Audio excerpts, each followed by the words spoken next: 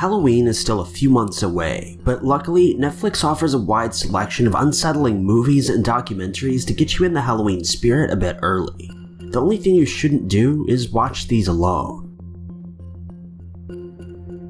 Number 5. On October 25th, 2002, Ghost Ship was released. The film did well at the box office, surpassing its $20 million budget by about $48 million. The American-Australian horror film immediately became a classic, even for those that didn't find it really scary. The film has an intriguing plot and great cast, which helps boost the plot from its cheesy horror to an impressive production. The film synopsis offered by Google does a decent job of explaining the concept. It reads, in a remote region of the Bering Sea, a boat salvage crew discovers the eerie remains of a grand passenger liner lost for more than 40 years.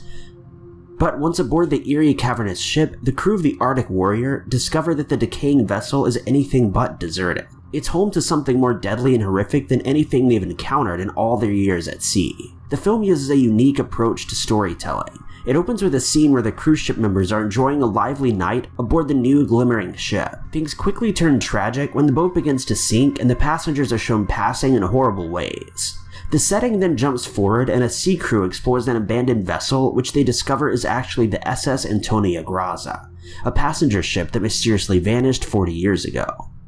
The crew members find gold and jewels aboard the boat and attempt to steal them. However, a series of paranormal events scare them so badly that they flee the scene empty-handed. As they're sailing away, the ship explodes as a result of paranormal sabotage to the engine. The crew is left with no other option than to restore the ghost ship as a means of salvation. Once aboard the ship, the true horrors began. Evil, tormented, and desperate spirits began haunting the new passengers and even causing freak accidents to decrease the number of living souls still on board. Number 4. This 2016 American slasher film, titled Hache, follows the story of a deaf writer who retreats to the woods to live life alone and focus on her work. Madison Maddie Young is a deaf-mute woman who lost her ability to hear when she was 13. As a result of her deafness, Maddie also resorted to a life of silence, fearing that speaking was too difficult. The film begins with Maddie already settled into her life of solitude in the woods. A friend of hers, Sarah, comes by to visit, but after she leaves, things begin to unravel. Sarah's chased down by an unidentified attacker. After she's attacked once, she runs to Maddie's house and bangs on the door while screaming for help. Unfortunately, Maddie obviously can't hear her as she's being stabbed right on her front doorstep. The masked assailant realizes Maddie's disabilities and turns his attention to her. He sneaks into her home, steals her phone, takes pictures of her while she's unaware, and then sends them to her. He then cuts her power and ruins her car. Maddie must keep herself safe and find a way out despite her setbacks. An action-packed thriller follows that features successful jump scares, tactical violence, and a touch of gore. With just a $1 million budget, the film performs better than expected and has been given a 92% on Rotten Tomatoes, a high score that doesn't come easy to horror or thriller films. Number 3. Poltergeist, The Conjuring, and Insidious are classics that share a spot on this list.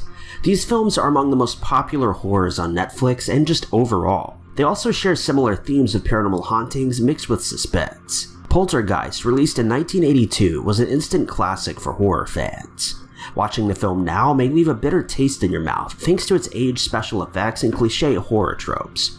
Remember though that the film is old and you have to consider its impression in the 80s. Poltergeist was one of the first hugely popular paranormal films that started the trilogy of terror. For those that don't remember the plot, the Freeling family moves to a home development community and is terrorized by numerous ghosts that are controlled by a more complex being known as Beast. As the haunting grows more serious, the family realizes that the spirits can communicate directly with their youngest child, Carol Ann, through their TV set. Carol Ann is eventually abducted by the spirits through her closet door, which acts as a portal between the two dimensions.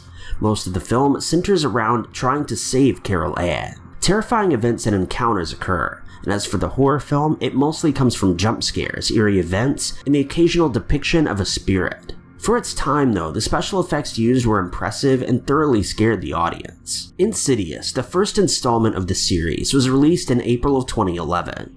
The story centers around a young boy who moved to a new home and mysteriously slipped into a comatose state. After a series of paranormal events plague the family, they learn that the spirits are trying to use their son's body as a vessel into the world of the living. Much like in Poltergeist, the family must save their child before it's too late. The father travels to a type of purgatory via astral projection to save his son. While there, he witnesses several disturbing scenes filled with unsettling spirits and tragic stories.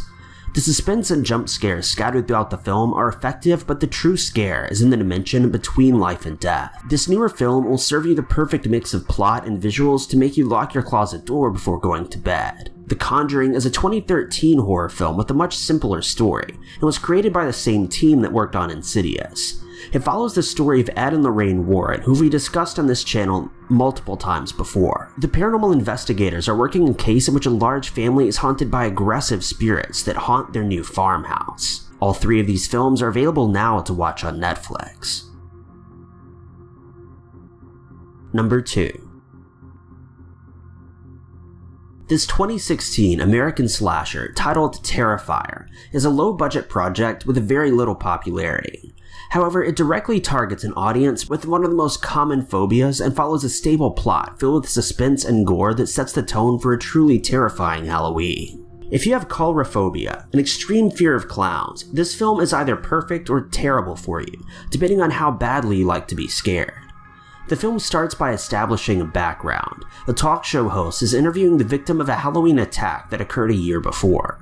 The badly disfigured woman speaks about surviving the attack and mentions Art the clown. Art was an insane killer in this scenario, whose body recently disappeared from the morgue. The host suggests that may mean that Art is still alive, but the victim dismisses this notion, saying that she saw him die. The story shifts to Halloween night, present day for the film. 3 women are out celebrating when they encounter a man in a terrifying clown costume. He teases them and then attempts to attack them. It becomes apparent that the unknown clown man is actually Art the killer clown, from the tragedy last Halloween.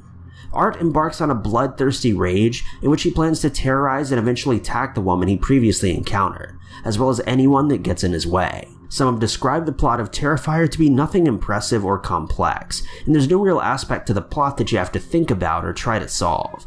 It's not necessarily a bad thing though. The story and its characters serve as more of a framing device for the artistic aspect of the film. Despite a low budget and a flimsy plot, Terrifier delivers cinematic shots and special effects that can only be described as works of art.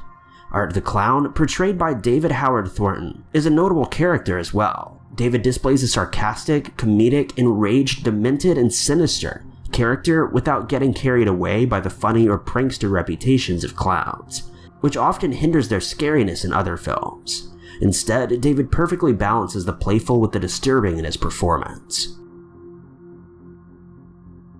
Number 1. This 2014 horror film has received a split response from critics and audience viewers. While Rotten Tomatoes has given the film a 26% rating, Google users have given it a 91%. Many of the reviews posted by horror fans label this film as one of the scariest they've ever seen. The synopsis provided by Wikipedia states that archaeologist Scarlett Marlowe has devoted her whole life to trying to find one of history's greatest treasures, Flamel's Philosopher's Stone. According to legend, the artifact can grant eternal life and turn any metal into gold. When she learns that the stone is hidden underground in the catacombs of Paris, she assembles a crew to guide and document their historic mission. As they begin their descent, the team members have no way of knowing that they're encountering their own personal hell. While the description is a sufficiently detailed explanation of the movie, it fails to point out the most compelling and disturbing elements of the film. To be fair, these elements are mostly visual, so if you want to experience it for yourself, you're gonna have to watch it. First off, the extremely small spaces within the catacombs are enough to give people a heart attack and send claustrophobic viewers home. Second off, countless disturbing beings are thrown on screen with jump scares and eerie lurks behind cave walls to rack up your suspense and get you screaming. Third off, men or monsters sporting black cloaks strolling through the openings while the disorienting sounds of ancient screams get you lost. The film is available now for your streaming pleasure. Thank you guys so much for watching. If you liked this video, be sure to click that like button. Also, don't forget to subscribe and click that notification bell to keep updated with our videos. Also, if you enjoyed this narration, maybe consider checking out my personal channel at youtube.com/ty_knots.